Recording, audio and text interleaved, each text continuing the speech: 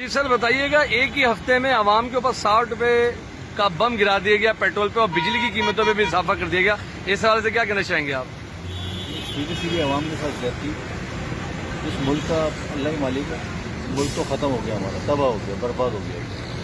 اب یہ ہے کہ لوگ اپنے اپنے گھروں پہ گاڑیوں کھڑی کریں اور سائیکلوں پہ نکلیں، یہ سائیکل سواری کا ٹائم آ گیا ہے۔ اس کے علاوہ کیا بولیں گے؟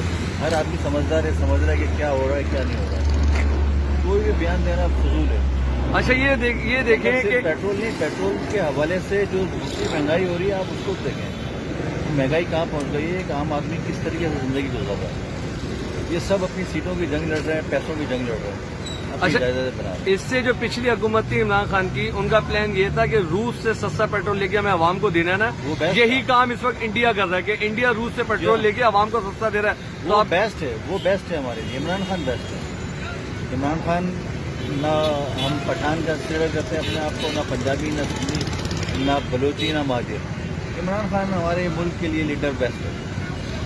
تو کیا میسج دینا چاہیں گے اس حکومت کو؟ عمران خان کو دوبارہ آنا چاہیے، تو عمران خان کو دوبارہ آنا چاہیے۔ بالکل دوبارہ آنا چاہیے۔ Thank you. تو ویڈیو لائک کرنا مت بھولیے گا، سبسکرائب بٹن پر کلک کریں اور بیل کے نشان پر بھی کلک کریں تاکہ ہر ویڈیو آپ کو مل سکے۔ اپنا خیال رکھیے گا، اللہ حافظ۔